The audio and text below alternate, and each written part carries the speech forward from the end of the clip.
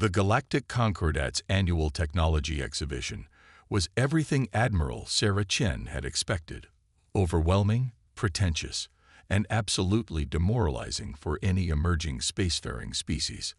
The massive station orbiting Proxima Centauri b gleamed like a jewel, its crystalline structures housing the most advanced technologies from over 300 civilizations. Chen stood at the observation deck, watching the parade of ships arriving through dimensional gates, quantum tunnels, and other means of propulsion that made her head spin. Each vessel was more impressive than the last, some seemingly defying the laws of physics themselves. The myriad, representatives of a species that had transcended biological form, arrived in ships that appeared to be made of pure light.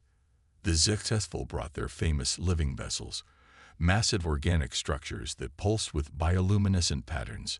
Fascinating, isn't it? The voice beside her belonged to Ambassador Venera of the Ascendant Collective, their iridescent skin shifting through patterns of blue and gold. Your first exhibition must be quite overwhelming. Chen detected the subtle condescension in their tone, but maintained her diplomatic smile. It's certainly impressive. Humanity is honored to participate. Ah yes, about that. Venera's skin rippled with what Chen had learned to recognize as amusement. We receive your application to showcase your, what did you call it? Quantum gravity drive. That's correct. The QGD is humanity's first attempt at FTL travel. We've managed to achieve stable wormhole formation by manipulating gravity at the quantum level. The ambassador's skin flashed in patterns that translated to barely contained laughter. My dear Admiral, that's quaint. But surely you don't intend to actually display such primitive technology. The exhibition is meant to showcase the future of space travel, not its history.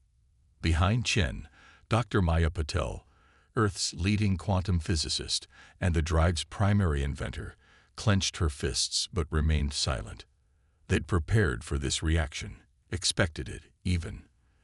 The Admiral placed a calming hand on her colleague's shoulder. We believe there's value in different approaches to similar problems. Ambassador, the QGD may be less advanced than your Lightful technology, but it's stable, reliable, and entirely of human design. Venera made a gesture that somehow managed to be both elegant and dismissive. Of course. We'll assign you a display area in the historical technology section, perhaps between the antimatter drives and the fusion propulsion exhibits. Most species find it entertaining to see how far we've all come. As the ambassador glided away, Dr. Patel finally spoke, her voice tight with controlled anger. They don't understand what we've actually built, do they? Chen watched the various alien ships performing their arrival demonstrations, each one more spectacular than the last. The human vessel, the ESS Archimedes, hung quietly in its assigned dock, its unconventional drive system powered down, but humming with potential that none of the other species had bothered to properly analyze. No, Chen replied, a slight smile playing at her lips. They don't. And that's exactly what we were counting on. Back on the Archimedes, Chen met with her core team in the secure briefing room. The walls were lined with quantum dampening fields, another primitive technology that the other species had dismissed as unnecessarily paranoid. Dr. Patel pulled up the latest sensor readings on the holographic display. Every species here uses some variation of the same basic principles, she explained. They've all followed the same technological evolution, from chemical rockets to fusion, from fusion to antimatter, and finally to their current dimensional manipulation tech. They're so convinced of their superiority that they haven't bothered to explore alternative paths. Lieutenant James Rodriguez, their chief of operations, studied the data scrolling past. The QGD creates ripples in space-time that none of their sensors are equipped to detect. They're all looking for tachyon emissions, quantum signatures, dimensional distortions, the standard markers of advanced propulsion. Because that's what they expect to see, Chen finished. They've forgotten one of humanity's greatest strengths, our tendency to solve problems in unexpected ways. The quantum gravity drive doesn't just create wormholes. It fundamentally alters the fabric of space itself in ways their sensors interpret as system noise. Dr. Patel nodded enthusiastically. We're not just bending space or folding it or tunneling through it. We're rewriting its basic properties at the quantum level. The fact that they think it's primitive technology just proves how blind they've become to alternative possibilities. Chen looked out the briefing room window at the glittering display of advanced alien vessels. Tomorrow, they would demonstrate the QGD to a crowd of smugly superior aliens who expected to see a quaint attempt at FTL travel. None of them would understand that they were witnessing something entirely new, a human solution to an universal problem. Let them laugh, she said quietly. Sometimes the best place to hide a revolutionary technology is in plain sight, labeled as primitive and unworthy of serious attention. As the team dispersed to prepare for tomorrow's demonstration, Chen remained at the window, watching the dance of ships outside. Humanity had learned long ago that true innovation didn't always mean following the established path. Sometimes it meant finding your own way forward, even if others mock your chosen route. The quantum gravity drive hummed softly beneath her feet, its true nature hidden beneath layers of manufactured inefficiency and deliberately primitive-looking components. Let the Galactic Concordat laugh. They would learn soon enough that humanity's greatest strength lay not in following the expected course of technological evolution, but in finding entirely new paths that no one else had thought to explore.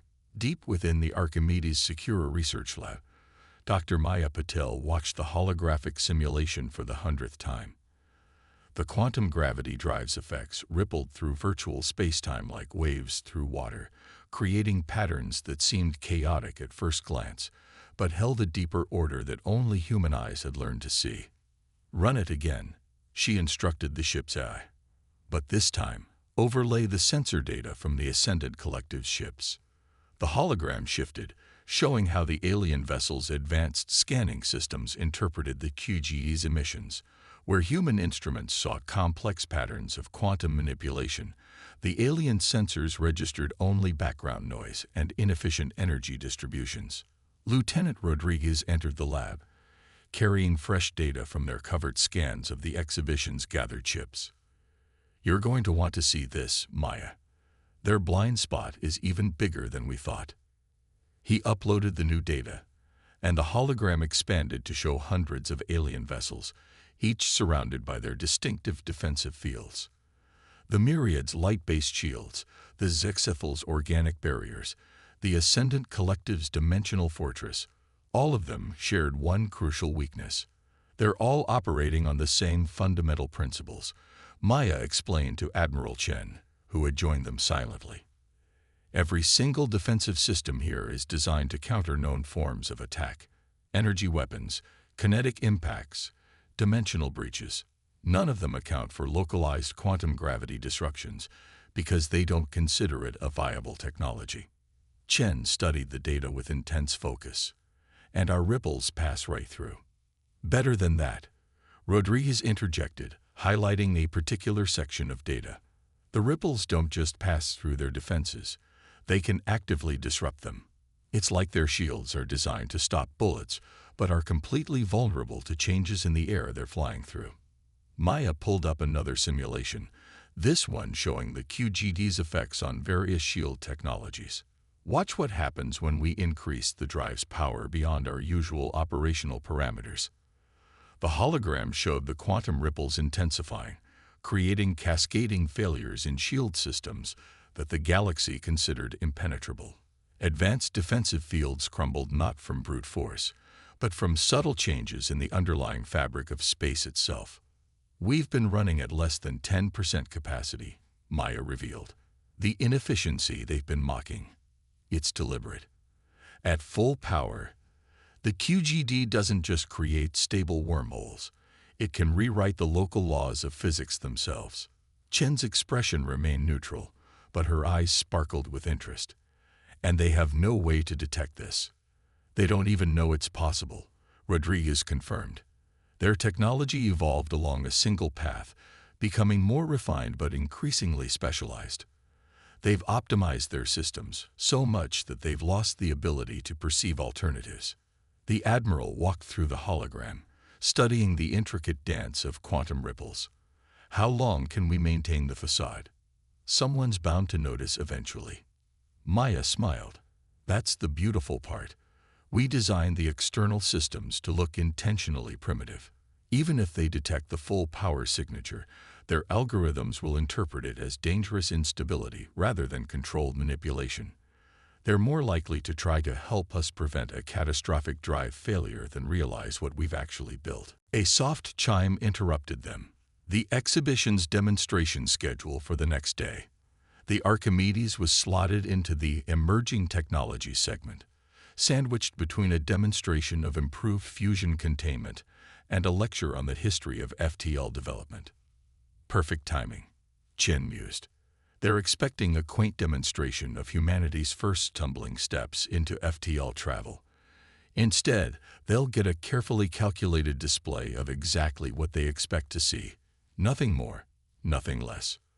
Rodriguez checked the security feeds showing the alien ships surrounding them. The myriad representatives have been particularly condescending. Their chief engineer offered to explain basic quantum mechanics to our drive team yesterday. Let them underestimate us, Chen replied. Humanity's greatest advantage has always been our ability to look simple while hiding complexity. We learned long ago that true power doesn't always announce itself with flash and spectacle. Maya turned off the hologram, plunging the lab into relative darkness. There's an old Earth saying, any sufficiently advanced technology is indistinguishable from magic. But we've discovered something even more valuable. Sometimes the most advanced technology can be made to look primitive to those who aren't ready to understand it. As they prepared for the next day's demonstration, the quantum gravity drive continued its quiet work, sending invisible ripples through space-time that none of their advanced neighbors could comprehend. In their drive to perfect existing technologies, the galaxy's elder species had forgotten a crucial lesson. True innovation often comes not from refining the known, but from exploring the impossible. The Archimedes hung quietly among the spectacular ships of the exhibition, its revolutionary heart beating beneath layers of carefully crafted deception. Tomorrow, they would give the galaxy exactly what it expected to see, and in doing so, maintain humanity's greatest technological secret right under the noses of those who thought themselves too advanced to be deceived. The exhibition's demonstration day never arrived.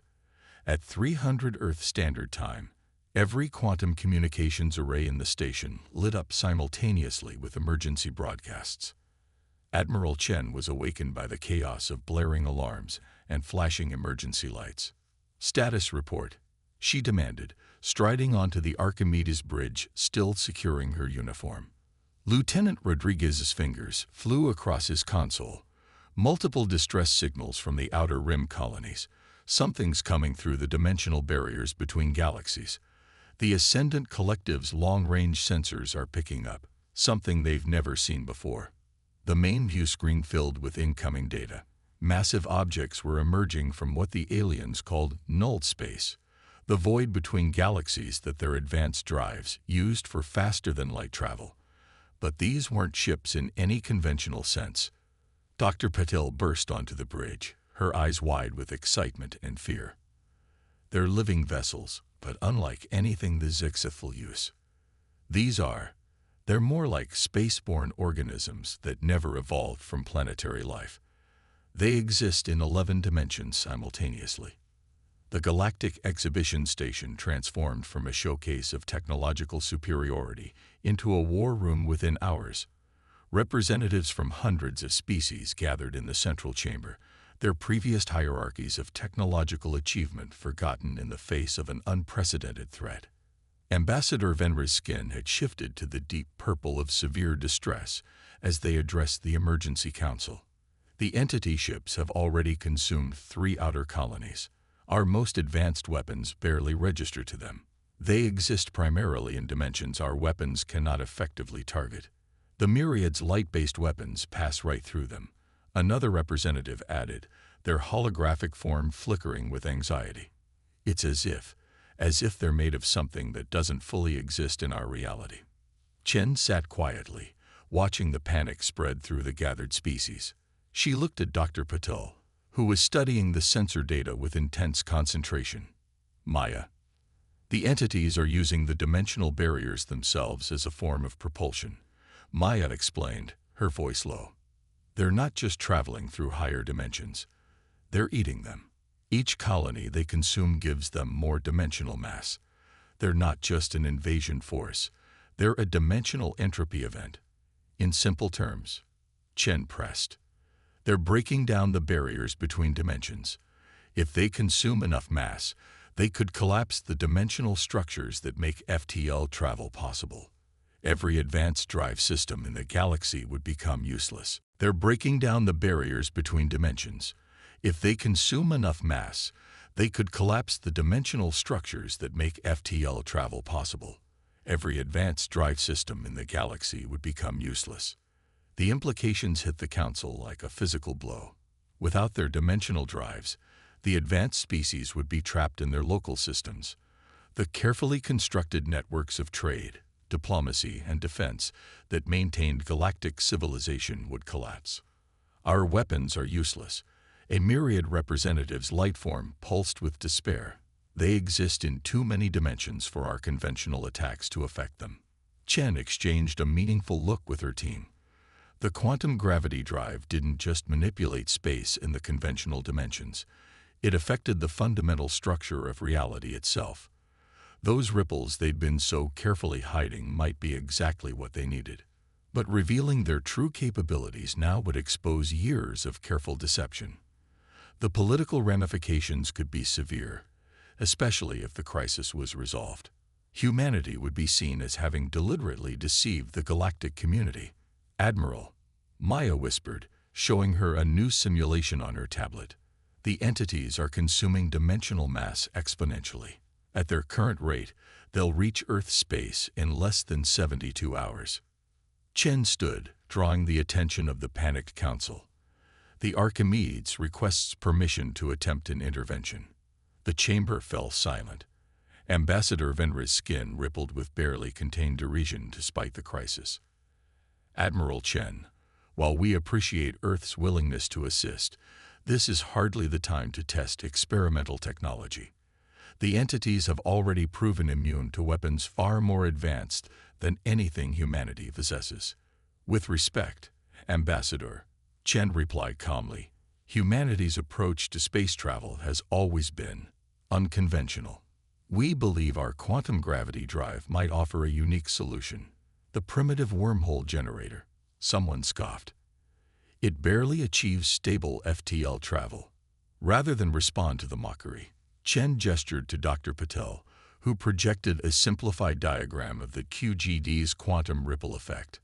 Our drive doesn't just move through space-time, Maya explained. It locally rewrites the laws of physics themselves, including the laws that govern dimensional barriers. The council chamber erupted in a mixture of dismissal and desperate hope. The Archimedes was the only ship present that didn't rely on the dimensional technology the entities were consuming. But it was also, by their understanding, hopelessly primitive. Even if we were to consider this, Venra said slowly, their skin shifting through patterns of doubt and fear, your ship would have to get close enough to affect the entities directly. With your primitive drive, you'd never reach them in time. Chen smiled faintly.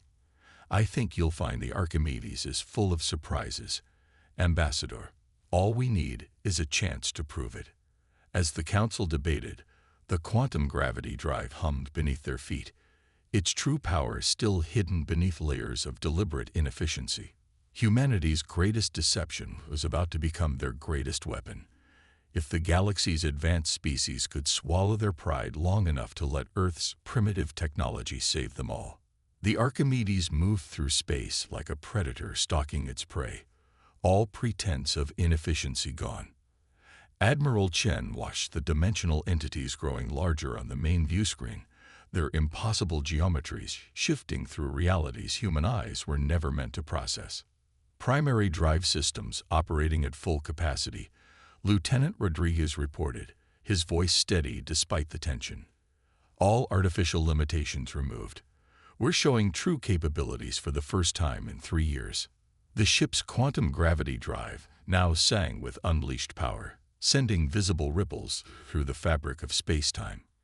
Behind them, the combined sensors of the Galactic fleet registered readings that their systems struggle to classify. They're finally seeing us clearly, Dr. Patel noted, monitoring the incoming data. The Ascendant Collective's quantum arrays are going haywire trying to categorize our drive signature. I think we just broke several of their fundamental physics models. Chen allowed herself a small smile. Status of the closest entity: 8 million kilometers in closing. It's consuming a dimensional barrier right now. We can see the dimensional bleed from here. Rodriguez's hands moved across his console with practiced precision. Their sensor profile is incredible. The entity exists across 11 dimensions simultaneously, but it's not stable. It has to keep consuming dimensional mass to maintain its form. That's our weakness, Maya said, excitement creeping into her voice. They're like dimensional parasites, consuming the barriers between realities to sustain themselves. But what happens to a parasite when its food source becomes toxic? The Archimedes approached the massive entity, its true nature now fully revealed. The quantum gravity drive wasn't just creating ripples in space-time anymore. It was generating a controlled cascade of reality distortions that spread out like a web of cracks in the universe itself. All allied ships, maintain your distance. Shen broadcast to the watching fleet. What you're about to see may violate several laws of physics you consider fundamental. She nodded to Maya, who initiated the attack sequence they'd developed during those long nights of secret testing. The quantum gravity drive's power output jumped to levels that made the alien sensors scream in protest. The entity noticed them then, turning its impossible geometry toward the tiny human vessel. It began to extend dimensional tendrils, the same feeding apparatus that had consumed 3 colony worlds and their surrounding space. Now, Chen ordered. The Archimedes drive pulsed, but instead of creating a wormhole, it generated something entirely new.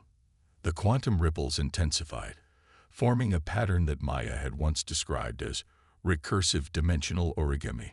The space around the ship began to fold in ways that even the entity's 11-dimensional senses couldn't fully comprehend.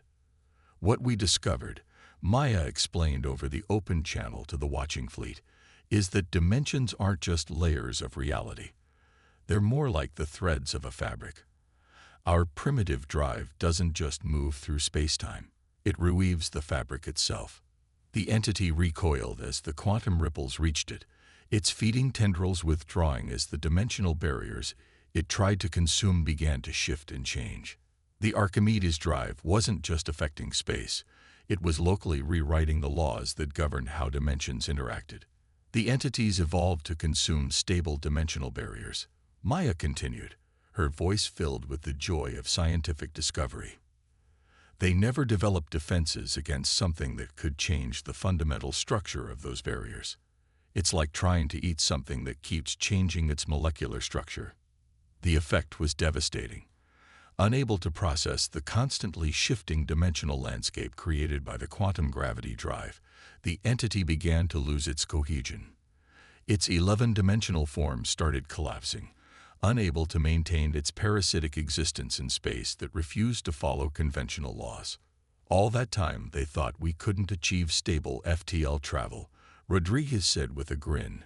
We were actually learning how to destabilize it on purpose. The entity's death was spectacular. As its dimensional form collapsed, it released the accumulated energy of 3 consumed colony worlds in a burst that lit up sensors across 11 dimensions of reality.